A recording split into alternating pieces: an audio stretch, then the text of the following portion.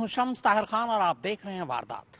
एक दौर था जब इंसानों की खरीद फरोख्त हुआ करती थी, बाकायदा मंडियां सजती थी जहां इंसान खरीदे और बेचे जाते थे। मगर क्या आज के दौर में भी इंसानों की नीलामी होती है या हो सकती है, बाकी का तो पता नहीं। लेकिन इंटरनेट के बाजार में आज सब कुछ बिक रहा है और इसी इंटरनेट की दुनिया में एक नया ऐप आया है, बुल्ली बाई। इस बुल्ली बाई ऐप की हकीकत जब आप जानेंगे तो आप भी चौंक उठेंगे।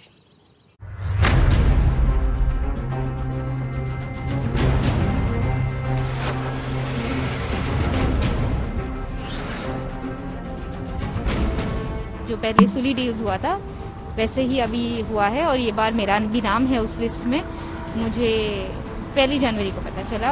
इस पूरे मामले के ऊपर जब मैं उठी सुबह में, जब मैंने अपनी तस्वीर को इस तरह डील ऑफ द डे के तौर पे देखा,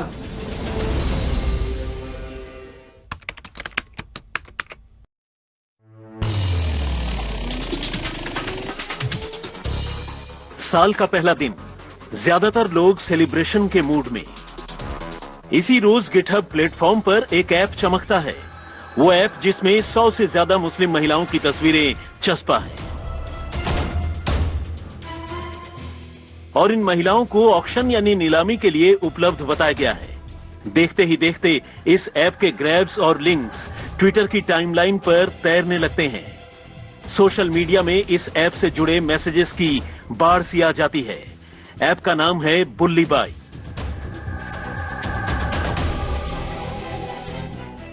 बुल्ली बाई, बुल्ली डील्स, सुल्ली डील्स जैसे हैशटैग के साथ इस ऐप में अलग अलग लड़कियों और महिलाओं की तस्वीरें मौजूद हैं और तस्वीरों के साथ कैप्शन है, ये आज की आपकी बुल्ली बाई है। खास बात यह है कि इस ऐप में लिस्टेड इन चेहरों में ज्यादातर उन हिंदुस्तानी मुस्लिम महिलाओं के हैं जो या तो सेलिब्रिटीज हैं, पत्रकार हैं या फिर सोशलाइट। कहने का मतलब ये कि ऐप में दिखने वाली इन महिलाओं का अपना एक वजूद है, अपनी एक हस्ती। लेकिन फिर सवाल यह है कि आखिर ये महिलाएं नीलामी के लिए कैसे उपलब्ध हो सकती हैं? वो अपनी बोली लगवाने के लिए भला कैसे तैयार हो सकती हैं? आखिर उनकी बोली कौन और कहां लगा रहा है?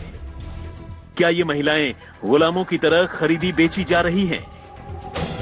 और सबसे अहम ये कि साजिश के पीछे आखिर किसका हाथ है? तो इन्हीं सवालों के जवाब में इंटरनेट की दुनिया में फैली वेब हिट की एक ऐसी चौंकाने वाली कहानी छुपी है जिसकी साजिश की उधरती परतें दिमाग घुमा देने के लिए काफी हैं।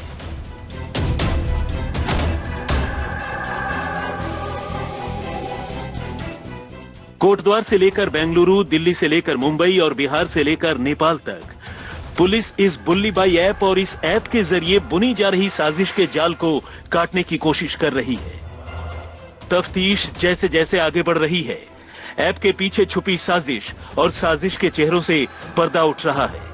लेकिन इस साजिश की गहराई को देखकर साइबर एक्सपर्ट से लेकर पुलिस वाले तक हैरान हैं। आज आपको इसका एक एक सिरा खोल कर दिखाएंगे, लेकिन सबसे पहले एक नजर देख लीजिए इन चेहरों को जिन पर बुल्ली बाई ऐप के जरिए मुस्लिम महिलाओं के खिलाफ नफरती साजिश बुनने का इल्जाम है। नाम श्वेता सिंह, उम्र 19 साल, पहचान कोटद्वार में 12वीं की स्टूडेंट।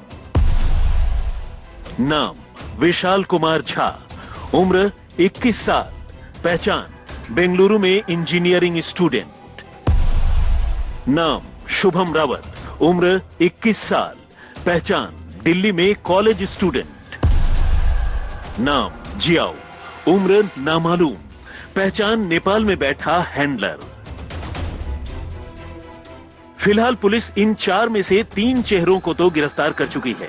इल्जाम है कि ये सभी के सभी लोग एक दूसरे को पहले से जानते हैं और अलग अलग जगहों से होने के बावजूद वर्चुअल वर्ल्ड के जरिए न सिर्फ एक दूसरे से कनेक्टेड हैं, बल्कि इन्होंने ही बुल्ली बाई ऐप को डिजाइन कर मुस्लिम महिलाओं के खिलाफ नफरत का वो शिगुफा छोड़ा है। पुलिस अब जिनके फुटप्रिंट ढूंढती फिर रही है। हालांकि नेपाल में बैठा इनका हैंडलर जियाओ अब भी पुलिस के शिकंजे से दूर है। लेकिन बुल्ली बाई ऐप बनाने से लेकर उसमें मुस्लिम लड़कियों की तस्वीरें अपलोड करने और उन्हें सोशल मीडिया पर वायरल करने की जो साजिश है, उसे जान लेना बहुत जरूरी है। बुल्लीबाई के नाम से इस ऐप को माइक्रोसॉफ्ट के मालिकाना हक वाली open software development site GitHub पर बनाया गया था। इस ऐप में महिलाओं की तस्वीरें डालने के लिए उन्हें इंटरनेट से उनकी रजामंदी के बगैर चुरा लिया गया और ऐप में उनकी तस्वीरें डालकर उन्हें नीलामी के लिए उपलब्ध बताया जाने लगा। ऐसे मामलों में साइबर क्रिमिनल आमतौर पर इंटरनेट से मशहूर महिलाओं, सेलिब्रिटीज, रसूख वाले लोगों और पत्रकारों की तस्वीरें पिक कर लेते हैं और फिर इन तस्वीरों के जरिए उन्हें ब्लैकमेल किया जाता है। कभी प्रोपेगेंडा वार की शुरुआत कर दी जाती है। बुल्लीबाई की कहानी भी कुछ ऐसी ही है। इस ऐप में बनाई गई प्रोफाइल में पीड़ित महिलाओं की तस्वीरों के साथ साथ उनकी पर्सनल डिटेल्स भी शेयर की गई थी और जिनके साथ ये हरकत की गई उन महिलाओं को इसके बारे में पता ही नहीं था। विशाल कुमार झा ने खालसा सुप्रीमिस्ट के नाम से एक अकाउंट बनाया था और 31 दिसंबर को उसने अपने दूसरे अकाउंट्स के भी ऐसे ही मिलते जुलते नाम रख दिए और तो और नीलामी के लिए बोली लगाने का ऐलान भी गुरमुखी में किया गया, जिससे लोगों को ये ऐप एक खास समुदाय से जुड़ा हुआ लगे। जब मामले ने तूल पकड़ा और बुल्लीबाई ऐप के पोस्ट एक के बाद एक शेयर किए जाने लगे, तब केंद्र सरकार ने सोशल मीडिया प्लेटफॉर्म से ऐसी वाहियात पोस्ट को फौरन हटाने का हुक्म दिया। इसी के साथ आनन फानन में इस ऐप के होस्ट्स के खिलाफ कई शहरों में अलग अलग एफआईआर दर्ज कर उनके खिलाफ कानूनी कार्रवाई शुरू कर दी गई। इस सिलसिले में अलग अलग शहरों में एफआईआर दर्ज होने के बाद पुलिस हरकत में आई और उधम सिंह नगर जिले के कोटद्वार से श्वेता सिंह नाम की एक लड़की को और यहीं से शुभम रावत नाम के एक लड़के को पकड़ा गया। उधर बेंगलुरु से विशाल कुमार झा की गिरफ्तारी हुई। तफ्तीश से पता चला कि इन लड़कों ने मिलकर ही ये ऐप डिजाइन किया था और उस पर लगातार पोस्ट डाल रहे थे। उधर श्वेता सिंह नेपाल के रहने वाले जियाऊ नाम के एक शख्स से जुड़ी है जो उसे ऐप को ऑपरेट करने को लेकर लगातार गाइड कर रहा था। इनकी गिरफ्तारी के बाद फिलहाल मामले की जांच कर रही मुंबई पुलिस ने इन्हें ट्रांजिट रिमांड पर लिया है और उनसे पूछताछ कर रही है। पुलिस ने श्वेता को इस मामले का मास्टरमाइंड करार दिया है और कहा है कि श्वेता और विशाल फेसबुक और इंस्टाग्राम में एक दूसरे से जुड़े हुए हैं। अब तक की तफ्तीश में पुलिस के पास दोनों के कनेक्टेड होने का सबूत भी मौजूद है। बुल्लीबाई ऐप केस में मुंबई पुलिस अब तक 3 लोगों को हिरासत में ले चुकी है। पहला आरोपी है विशाल कुमार, जिसे बेंगलुरु से अरेस्ट किया गया। Vishal Kumar second year engineering का स्टूडेंट है और वो एक यूट्यूब चैनल भी चलाता था।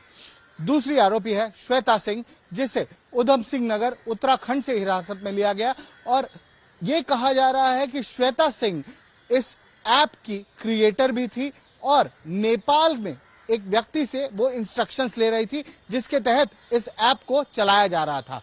ये भी बताया जा रहा है कि इस ऐप के कुल 5 फॉलोअर थे। इन्हीं 5 फॉलोअर्स के टेक्निकल एनालिसिस द्वारा मुंबई पुलिस की साइबर सेल इन 3 आरोपियों तक पहुंची और 2 संदिग्ध आरोपियों की तलाश अब भी जारी है। बुल्लीबाई नाम से एक ट्विटर हैंडल भी तैयार किया गया था और इस हैंडल की भी क्रिएटर श्वेता सिंह ही थी। इस हैंडल के भी 5 फॉलोअर्स थे और इसी फॉलोअर्स को ट्रेस करते हुए, टेक्निकल एनालिसिस करते हुए मुंबई पुलिस इन 3 आरोपियों तक पहुंची, इन तीनों को हिरासत में लिया और आगे की इन्वेस्टिगेशन अब भी इस केस में जारी है। मोटिव क्या था ये पता लगाने की कोशिश मुंबई पुलिस कर रही है और क्या इसमें किसी तरीके का मुनाफा इन आरोपियों को हो रहा था, इस बात की भी छानबीन की जा रही है। प्रजापति जी, ये बताइए कि कोर्ट में क्या हुआ? साइबर सेल जो मुंबई पुलिस की है, उन्होंने कोर्ट में क्या कहा? साइबर सेल ने यही कहा कि जो ये सुशील कुमार है, इनका आरोप पूरा सिद्ध होता है प्राइमरी स्टेज में, इनिशियल स्टेज में इनका सिद्ध होता है कि जो किसी को बदनाम करने के लिए जो पोस्ट किए गए इन्होंने किए, जो हमने पूरा तरीके से डिनाई किया हुआ है। रिमांड पे उन्होंने, मुंबई पुलिस ने ग्राउंड्स क्या रखे, कितने दिन की रिमांड मांगी और क्या क्या कहा कोर्ट से कि किस तरीके का रोल है विशाल कुमार का? विशाल कुमार ने ही ये क्राइम किया है ऐसा उन्होंने कहा। इसमें दूसरे आरोपी को भी पकड़ना है। ये जो इन्वेस्टिगेशन है उसके लिए सुशील कुमार की बहुत ज्यादा जरूरत है, इसके लिए उनको पुलिस कस्टडी चाहिए ऐसा उन्होंने बोला साइबर क्राइम। बुल्लीबाई ऐप के बारे में क्या कहा था उन्होंने? बुल्लीबाई ऐप के लिए बाद में इन्होंने यूज किया है उसको, उस ऐप को, और उसको क्राइम के लिए उस ऐप को यूज किया है ऐसा उन्होंने साइबर सेल ने रखा। और कितने दिन की कस्टडी अब कोर्ट ने दी है मुंबई पुलिस को? 10 तारीख तक दी है उनको कस्टडी। देहरादून से दिलीप सिंह राठौर और दिल्ली से हिमांशु मिश्र और अरविंद ओझा के साथ दिव्येश सिंह, मुंबई आज तक। सोशल मीडिया काम की चीज है। ये आपके घर में पूरी दुनिया को समेट लाती है, मगर ये जितनी काम की चीज है उतनी ही खतरनाक भी। इस दुनिया में खबरें जंगल में आग से भी कहीं ज्यादा तेजी से फैलती है। इसीलिए आपसे गुजारिश है कि इस दुनिया में रहें जरूर, मगर अपनी आंख कान खोलकर। आपको याद होगा कि बुल्ली बाई ऐप की तरह ही पिछले साल सुल्ली डील्स के नाम से एक ऐप सामने आया था, जिसमें कुछ इसी तर्ज पर मुस्लिम महिलाओं की नीलामी की बात लिखी गई थी और उनके खिलाफ आपत्तिजनक टीका टिप्पणी भी हुई थी। वैसे तो दिल्ली पुलिस की साइबर सेल भी इस मामले की तफ्तीश कर रही है, लेकिन दिल्ली पुलिस के हाथ फिलहाल इस मामले में खाली हैं। दिल्ली पुलिस की कार्रवाई में देरी की वजह गिटहब से जानकारी नहीं मिल पाना है। ऐप को जिस गिटहब प्लेटफॉर्म पर बनाया गया है उससे जानकारी मांगी गई थी, लेकिन गिटहब ने जानकारी नहीं दी, लिहाजा दिल्ली पुलिस की तफ्तीश आगे नहीं बढ़ सकी है। अब पुलिस को MLAT के तहत गिटहब से जानकारी जुटानी होगी। MLAT दो देशों के बीच सूचनाओं का आदान प्रदान करने और उन्हें इकट्ठा करने के इरादे से की गई एक संधि है। गिटहब जिससे बंधा है, लेकिन गिटहब का कहना है कि वो CRPC को मानने के लिए बाध्य नहीं है। सूत्रों के मुताबिक पिछले साल जुलाई में गिटहब ने दिल्ली पुलिस को 2005 में भारत और अमेरिका के बीच हुए MLAT के तहत कानूनी प्रक्रिया के जरिए जानकारी लेने की बात कही थी। अब बुल्ली बाई ऐप के सामने आने के बाद दिल्ली की एक कोर्ट ने MLAT के तहत नोटिस जारी किया है। ऐसी सूचनाओं के आदान प्रदान के लिए CBI नोडल एजेंसी के तौर पर काम करती है, लिहाजा अब सूचनाएं भी CBI के रास्ते ही पहुंचने की उम्मीद है। असल में बुल्ली बाई और सुल्ली डील्स जैसे ऐप बनाने वाले लोगों की पूरी जानकारी जुटाए बगैर भारतीय एजेंसियों के लिए उन पर कानूनी कार्रवाई करना मुमकिन नहीं है। लेकिन इसके साथ ही ये गिटहब की भी जवाबदेही है कि वो ऐसे ऐप से जुड़ी जानकारी उपलब्ध कराए, ताकि गिटहब का मिसयूज भी रोका जा सके। बुल्ली बाई ऐप को लेकर जब तार उत्तराखंड में जुड़े तो मुंबई की साइबर सेल उत्तराखंड के उधम सिंह नगर के रुद्रपुर में पहुंची और यहां पर उन्होंने गिरफ्तार किया 18 वर्ष की एक लड़की श्वेता को। साफ तौर पर मुंबई पुलिस का यह कहना था कि ये जो ऐप है ये किसी गलत चीजों के लिए प्रयोग किया जाता था जिसमें ये इन्वॉल्व थी।